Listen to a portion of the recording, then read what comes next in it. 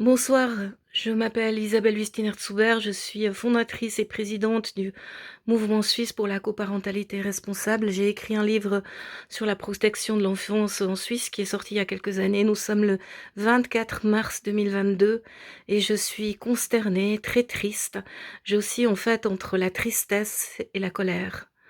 J'ai appris comme vous par les médias aujourd'hui que on a retrouvé sur le trottoir à côté du casino de Montreux, devant un immeuble, une famille qui s'est apparemment jetée du balcon de leur appartement au 7e étage et qui a donc trouvé la mort, à part l'adolescent, fils de la famille, qui lui est dans un état grave à l'hôpital. J'ai écouté comme vous, ce qu'on nous a dit de cette situation. J'ai plusieurs questions et ces questions, en fait, elles me viennent parce que je suis régulièrement sollicitée lorsque des enfants sont placés contre la volonté de leurs parents. Je suis sollicitée par les parents directement, ou je suis sollicitée par les médecins de ces parents, voire par les pédiatres. Et je sais comment se passent en général les interventions policières dans les familles, dans ces situations-là. Alors je m'interroge sur le bien fondé d'envoyer des policiers à 6h15 le matin sonner, toquer à la porte d'un appartement avec comme mission d'emmener le père de famille au commissariat pour être interrogé, enfin devant des autorités pour être interrogé parce que l'adolescent est scolarisé à la maison, qu'apparemment l'autorisation a été donnée, mais que ça ne peut pas être contrôlé. 6h15 le matin, vous faites réveiller par les flics qui sonnent ou qui toquent à votre porte. Dans votre maison, il y a un adolescent et puis il y a une petite fille de 8 ans. Puis vous n'êtes pas suisse, vous êtes français, donc vous n'êtes pas dans votre pays.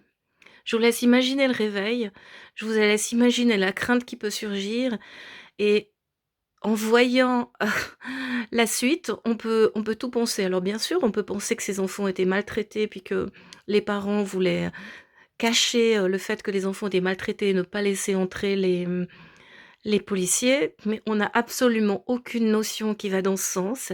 On peut aussi se demander comment les policiers ont sonné, ont frappé, et ce qu'ils ont dit pour que ça aboutisse à ce qu'une famille dont deux des adultes sont les deux médecins, donc éduqués, donc, donc, capables d'appréhender des situations critiques et d'urgence, en viennent à sauter par le balcon. Je je suis au courant puisque, comme je vous le dis, je suis sollicitée juste après ces interventions de manière répétée, de comment se passent les placements d'enfants contre le gré des parents. Alors si vous n'êtes pas informé, je pense que vous n'êtes pas informé si ça n'a pas été votre cas, je vous laisse vous asseoir. C'est pas des gentils assistants sociaux qui viennent parler avec les parents et puis qui font comprendre aux parents que ce serait bien, que leur enfant soit placé quelque temps. Or, je prétends que des personnes suffisamment compétentes et suffisamment formées sont capables tout à fait de négocier ce genre de situation, mais c'est pas comme ça que ça se passe. Je vais vous donner un petit exemple d'une situation qui m'a marquée, je pense pour toujours, d'un placement qui a été fait dans une famille où on a placé un petit bébé et son frère adolescent et où moi j'ai été passer la soirée avec les 2 parents qui étaient en état de choc. Alors en fait, à l'école, une institutrice avait signalé des brûlures, sur le corps, de l'adolescent. C'est ça ce qu'elle a signalé. Donc l'adolescent n'a pas été renvoyé chez lui, il a été envoyé à l'hôpital et puis depuis l'hôpital, il est parti, 3 semaines dans une famille où il a été placé. Quand il est revenu au bout de ces 3 semaines, il n'avait plus eu son traitement médical. Cet enfant souffrait de problèmes médicaux chroniques et il n'avait pas eu un seul jour d'école. Il venait d'un milieu très modeste et il avait été placé dans une famille extrêmement aisée, ce qui fait que bien sûr en rentrant chez lui, il n'était pas ravi. Quant au petit bébé, en fait, on a demandé aux parents, mine de rien, en téléphonant au père, d'un ton très gentil, en disant: «Il faut qu'on discute de 2 ou 3 choses. Est-ce que vous pouvez venir s'il vous plaît?» en sachant très bien que l'enfant était avec les parents. Les parents s'en sont retrouvés dans une salle et puis il y a quelqu'un qui s'est approché du père en disant: «Ah mais comme il est mignon, mais comme ce petit garçon est mignon, mais est-ce que je peux le prendre dans le bras?» et hop, arraché des bras du père, parti avec. Voilà comment se passe, dans notre pays civilisé, qui dispose de haute école sociale, les, placements d'enfants bien souvent. Ben, Je prétends que c'est une honte et ce soir, je suis en colère parce que ça fait trop. Il y a eu le cas de ces situations à Mancy où bien sûr c'est la faute de personne. À l'heure actuelle, je sais pas si vous avez remarqué, c'est la faute de personne. C'est absolument la faute de personne. On a tyrannisé des enfants, autistes sévères, mais c'est la faute de personne. Ça n'est jamais la faute de personne en Suisse. En Valais, ce n'est jamais la faute de personne et en Valais, je prétends que certaines instances qui s'occupent de la protection de l'enfance ont une influence énorme sur la presse et sur la justice. Et je, je suis, depuis que j'ai dénoncé certaines situations, honnie par ces instances qui voulaient coopérer avec notre association auparavant. Parce qu'en fait, il faut coopérer bien gentiment, être d'accord avec tout ce que ces instances disent, sinon vous êtes exclu. Peu importe votre information, peu importe combien vous êtes adéquat, peu importe tout ce que vous pouvez amener, c'est égal. J'ai reçu, moi, à la maison, des signalements qui ont été envoyés à la justice valaisanne d'attouchements ou de situations très très obscures qui s'étaient placées dans un foyer valaisan. Qu'est-ce qui s'est passé? Les personnes qui ont signalé ceci n'ont jamais reçu de retour de la justice valaisanne. Non. Par contre, le signalement a disparu, le foyer a été fermé, le directeur qui était euh, incriminé par ces écrits, alors je ne peux pas savoir si c'était vrai ou pas, mais il y en avait plusieurs, eh bien, il n'était plus directeur, donc il n'y avait plus lieu de faire quoi que ce soit, et apparemment, il n'y a rien qui n'a été instruit. Récemment, on a été informé, en tout cas en Valais, de la grève de la faim de Bernard Rappat. Bernard Rappat le Chanvrier, je précise, parce qu'il y a aussi un Bernard Rappat journaliste. Et Bernard Rappat, c'est le parrain de 2 enfants qui ont été conçus par GPA.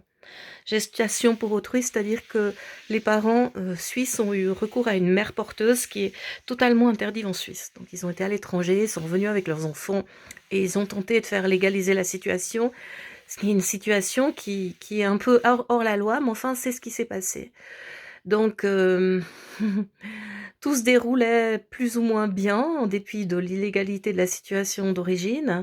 Et puis soudain, tout a mal tourné et ces enfants sont placés, ont été arrachés de leur famille en août 2021, ainsi que la fille aînée de ce couple, qui a été placée dans un foyer. Dans ce foyer, récemment, une adolescente s'est donné la mort. Ça n'a pas du tout été relayé par la presse valaisanne, rien. Et donc, je pense par aucune presse. Enfin, peut-être que j'ai vu quelque chose dans le 20 minutes ou je sais plus, mais pas par la presse valaisanne. Pourtant, je leur ai moi-même annoncé personnellement la chose. Il y a eu aucun relais. À ma connaissance, il y a aucune enquête. En tout cas, si on a une, on n'est pas informé. Et j'espère bien que lorsqu'un enfant se donne la mort dans un foyer que par hasard, que mis à part ça, jusqu'à maintenant, j'ai toujours apprécié pour son fonctionnement, eh bien, j'espère bien qu'il y a une enquête qui ait lieu. Bon, on n'est pas informé de ça. Je pense que personne ne juge qu'on a à être informé de ça. Donc la fille aînée du couple, qui a eu, recours à la GPA pour la conception de ses jumeaux, elle est placée dans ce foyer. Il y a des choses tout à fait pas correctes qui se sont passées avec, une intervenante en protection de l'enfance, mais pas correctes du tout. Bien, il va rien se passer. Il va rien se passer parce qu'en Valais, l'Office de la protection de l'enfant a beaucoup, beaucoup de pouvoir. Il a le pouvoir apparemment de faire en sorte qu'une procédure judiciaire ne suive pas. Il a le pouvoir de faire en sorte que quand une association comme la mienne signale un dysfonctionnement grave, eh bien, il n'y a pas de suite, hein. Il y a simplement l'association qui disparaît de tous les radars, qui disparaît de tous les contacts officiels avec l'État, qu'on essaie de discréditer par tous les moyens. Euh, En Valais, apparemment, si l'OPO intervient, il y a pas de récit dans les journaux, on a besoin d'être informé. Hem, En Valais, l'OPE régulièrement dit exactement le contraire de ce que les témoins directs de placement d'enfants, disent, ont relaté des choses et ça commence à bien faire. Ça commence à bien faire et c'est la même chose, en fait, dans tous les cantons. Canton de Vaud a une APEA qui ne respecte pas, la constitution d'une APEA qui a été définie par la loi en 2013, qui devrait être une instance pluridisciplinaire avec un certain nombre de membres. Alors maintenant, ils ont Je crois qu'ils ont rajouté un membre supplémentaire dans leurs APEA, mais ça respecte absolument pas l'interdisciplinarité qui est requise par la loi. Mais tout le monde s'en fiche. Le canton de Genève est le champion des placements d'urgence. Il y a des foyers d'urgence, à tout en veux-tu, en voilà, et les enfants sont placés en urgence ici et là, à tour de bras. Ça a été dénoncé par des parents, il y a eu des émissions de télé, mais là aussi madame Tourasanta a été, interrogée, mais tout se passe bien dans la protection de l'enfance du canton de Genève, selon les autorités. Or, ça n'est pas le cas et ça n'est pas mieux dans les autres cantons. Et chaque fois, parce que j'ai des contacts avec d'autres associations, chaque fois qu'on parle avec les associations, chaque fois qu'on parle avec les parents, on a un retour complètement différent de celui qui est fait par les autorités. Alors ouais, je parle vite, je suis super en colère. Je suis super en colère qu'en 2022, on puisse envoyer des flics sonner à la porte d'un père de famille parce que l'enfant n'est pas scolarisé, qu'il est scolarisé à la maison, en effrayant toute la famille. Apparemment, ça les a suffisamment effrayés pour qu'ils sautent du balcon. Alors j'espère qu'on aura des éclaircissements sur comment ça s'est passé. Je répète, ces gens auraient tout à fait pu être effrayés parce qu'ils commettaient des choses qu'ils ne devaient pas commettre au sein de la famille.